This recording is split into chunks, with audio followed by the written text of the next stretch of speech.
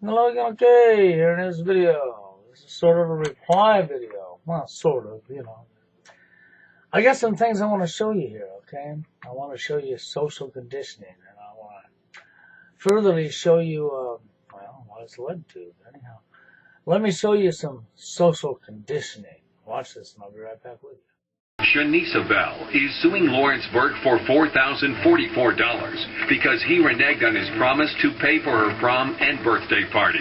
She's also awaiting DNA paternity test results to determine if Lawrence is her father. How did this happen? He made promises. What promises?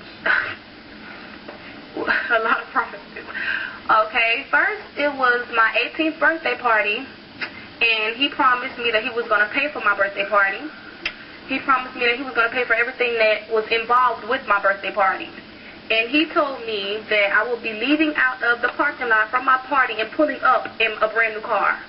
He told me that he would do the down payment and me and my grandmother would have to deal with the payments every month. Is all that true? It's all true, Your Honor. Okay, what'd you see there? Yes. He made promises. That's right. He made promises. Well, you know, the end of this court case, I don't disagree with it all. Okay, I agree with what happened, and neither party got any money, but it wasn't the point. The point was I wanted you to hear what she's saying. See, this is social conditioning, right there. Because this is an example of how women expect their fathers or their boyfriends or the men, period. It's a gender issue. How they think that because they were born with a hole between their legs, that men owe them a living. That's right. We owe them everything and every want they've ever wanted. Of course, if you're a guy, you want a want. No, you don't get a want from a woman unless it's a holiday. That's right. Every now and again in today's relationships, a woman will allow you to have your want. Maybe today's the day that she'll allow you as a guy, as a man, to have one of your wants. But you got to remember, she's allowed you to have that want. Because you couldn't have that one otherwise. It don't matter if you wanted it or not. Because it's not about you, it's about her. Yeah. Social conditioning, that's no lie. I see it happen all the time. All of her wants are fulfilled. Every single one of them. Every single one of them. And when she don't get one of her wants fulfilled, she has a fit. That's right. She's going to make drama because she didn't get her want. I know guys that act that way too, don't you? Yeah. See how we treat one another? But the real just thing here is the social conditioning through society has taught women that guys owe them a living. The guys owe them everything. That they have to do absolutely nothing at all. But they have all the power to pick and say so in the dating scene, but they don't have to do nothing at all. See, this was a gal that thinks that her dad, because he promised her he'd do this stuff like the stupid idiot he was. Okay, I can understand if it's a real dad that he wants to do stuff for his child. But why do you promise so much to your child? Why do you promise them a brand new car? Why do you do this stuff? But then when he couldn't come through with it, she's taking him to court because he couldn't come through with buying her something she never earned? Wow, what happened to women being strong and dependent? That's right. So she's a prime example of what they call strong and dependent, right? Isn't she the prime example of what you people want to call strong and dependent women? Yeah, dependent on another guy. It's money to buy her goods so that she don't got to do nothing for him, so she don't got to work and earn them herself. Now, of course, this don't apply to all women, but the majority of women, the social conditioning, it does apply. Not that you would act this way that she's doing, not that you would expect a brand new car, not that you women would do that, but you will expect that the man has to do all the work in the dating scene, to the meeting, to the introducing, to the making it laugh, to the everything, right? And you will expect that the man's, well, he's supposed to take care of you, isn't he? That's right. And taking care of you means he has to pay for you. It means when you want stuff, he has to buy it. It means he has to pay the bills. He has to buy all your wants. And because everything's about yourself, because we're a selfish society where everything's about yourself, that's right, it's all about yourself. That's what I meant when I said for the couples that are out there right now in today's relationships, whenever the guy in that relationship gets one of his wants, the majority of the time it's because that's the day the woman allowed him to have one of his wants. Every other day, the next 500 days or the next 200 days or the next 150 days after that day, every single want will be hers. He will not be allowed any of his wants. And then whenever she decides, maybe 3 months, 4 months, 5 months, whatever down the road, she'll break down and give him another holiday. He'll actually get one of his wants again. Yeah. And then we'll go another 3, 4, 5 months. He won't get any of his wants. It'll be all her, all her, all her, all her. Isn't that how it works? Yeah, we know that's how it works. We've also seen it the other way around with the guys too, but the majority of it is the women, because the social conditioning has taught women that guys are supposed to do it all, including supporting them. It's taught women that they're above a guy, they're better than a guy, they're smarter than a guy, they're more intelligent than a guy. They sure are. They create their own killers, don't they? Anyhow, I got something else to show you, okay? So watch up. I want to show you this, and I'll be right back with you. With the newlywed couple here in New York who talked about the start of their relationship to the New York Times wedding section. That's nothing new, but this couple opened up about meeting while they were married and how they got divorced to be together. Okay, what'd you see there? Yeah, see, I moved us on to the next part of what I want to talk about here, okay? That's right.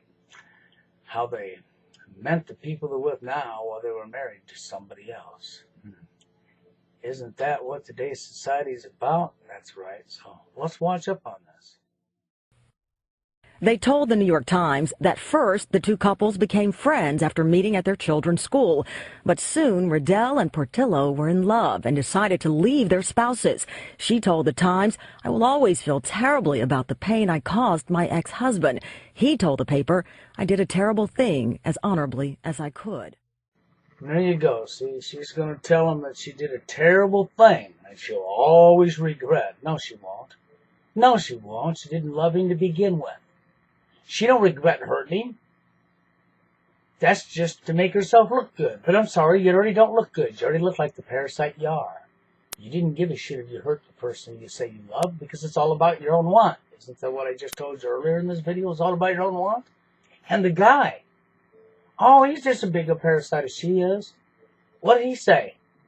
He did as honorably as he could. What's honorable about destroying somebody's life? What's honorable about hurting somebody? It's because they don't know what love is. They never have and never will, probably. It's everything we've been telling you right here in your face. Anyhow, let's watch that. The article created an online firestorm. One reader called the couple tawdry, sad and tasteless. Another wrote, "What kind of person puts their own pleasure above the emotional health of their own children?" What kind of person puts their emotional health above their children? Oh, that's right. Probably 90% of mankind globally now. That's what kind of person. Probably 90% of the people globally now do this because it's all about themselves. It's not about your children no more. Your children aren't number one no more. Your children are at the bottom of the list. Of course, this is not all people, but the majority of people in today's society globally, yeah, this fits just perfect, don't it? See, so when you say what kind of person, open your eyes, look around you. 90% of our world, because once again, what's it about? Oh, that's right. It's about our own wants again, isn't it? Fuck anybody else. Who cares how we treat another person? Who cares how we talk to another person? Who cares what we do to another person, right? Because after all, it's about ourselves. And a lot of times we get our sadistic high when we hurt somebody.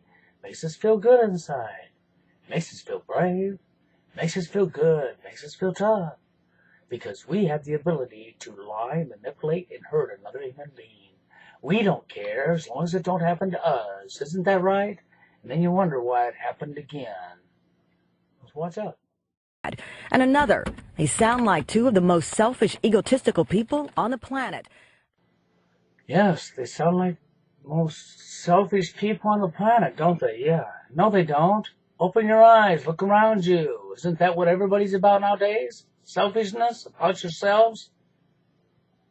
Isn't that the real truth? Oh, that's right. You don't want the truth. You want lied to. You want manipulated. You want to be used. It's fucking pathetic. Let's go onward. There were a handful of defenders, one writing, "Life is about enjoying life with someone you truly love. Sometimes it's messy, as in this case." Yes, life is about enjoying life, isn't it? Yes. And they say that you got to be with somebody you really love when they don't even know what love is. What they really meant to say is you got to be with somebody you're in lust with. And as soon as the lust is wore off, you can move on to the next. Because now you're in lust with them. And then you can move on to the next. Because now you're in lust with them. That's what they're really saying. Yeah. That's what they're really saying there. And sometimes it's messy. Yes. Sometimes it leads to it happening again. And it becomes messy because there's lots of blood and lots of death because it's true love. Let's move onward. It's a similar story of broken vows for singer Shania Twain. 2 years ago, her marriage made headlines when her husband left her. He was reportedly having an affair with Twain's best friend, who was also married. The two deny the affair, but now another twist. Us Weekly magazine is reporting Twain is engaged to the ex-husband of her ex-best friend. It's a crazy story. First you have your best friend steal your husband, and then you end up eventually hooking up with that best friend's ex-husband. Yeah, it's a crazy story. First they steal this person from this person, then they steal this person from that person, then you steal this person from that person. It's because it just backs up and confirms everything we've been telling you. You people don't know what love is. You don't know how to treat one another. You think it's normal to go fucking hit on somebody else's partner. Ain't that right? It's supposed to be norm. It's okay to go hit on somebody else's partner. So what if you hurt them? Who cares? Yeah. See, what you're seeing here is why the divorce rate is so high. What you're seeing here is why it happened again. And it's going to happen again right now as I'm speaking. That's right. This is why, well, in today's world, love leads to death. Because you don't know what love is. This right here shows you everything we've been telling you for so long. You don't even know what love is. Not in the littlest, which is actually pretty damn pathetic if you ask me, that you don't know what love is, because you should know what love is. But then I guess, how would you know what love is in today's society when you think lust is love? You think fame is love. You think money is love. And you don't give a shit about nobody but yourself. You don't care if you hurt another human being. No, you don't care what you say to them. So what if you break their heart? It's fun. It's a challenge. It's a game. And then the end game happens, and you're dead. It's pathetic. Watch out. It's really a kind of kooky wife swap. 2 years later, Shania is celebrating new love while many question whether Riddell and her new husband should be celebrating their new love on the pages of the New York Times. Okay, what'd you see there? Yeah. It's everything that we've been telling you for a long time. So as long as this is what you people want to call love and relationships, it'll continue to happen again and again and again and again. But it's everything we've been telling you for a long time. It's right here in your face, and then you wonder why the divorce rate's so high. You wonder why every day, it's like the caller called in our show and said that he'd pay us $1,000 if we could go one day without it happening again. Report. Of course, we have to search hard for it all day long across the globe, and if you can't find it anywhere in the world, and one day went by that somebody didn't kill somebody and it happened again story, he'd give $1,000. Well, that's $1,000 he'll get to keep, isn't it? He'll never have to pay it out. Because we'll never make a day without it happening again, will we? That's right, because of our ability to shit on one another. Think about it with your comments and opinions. The next video, you'll be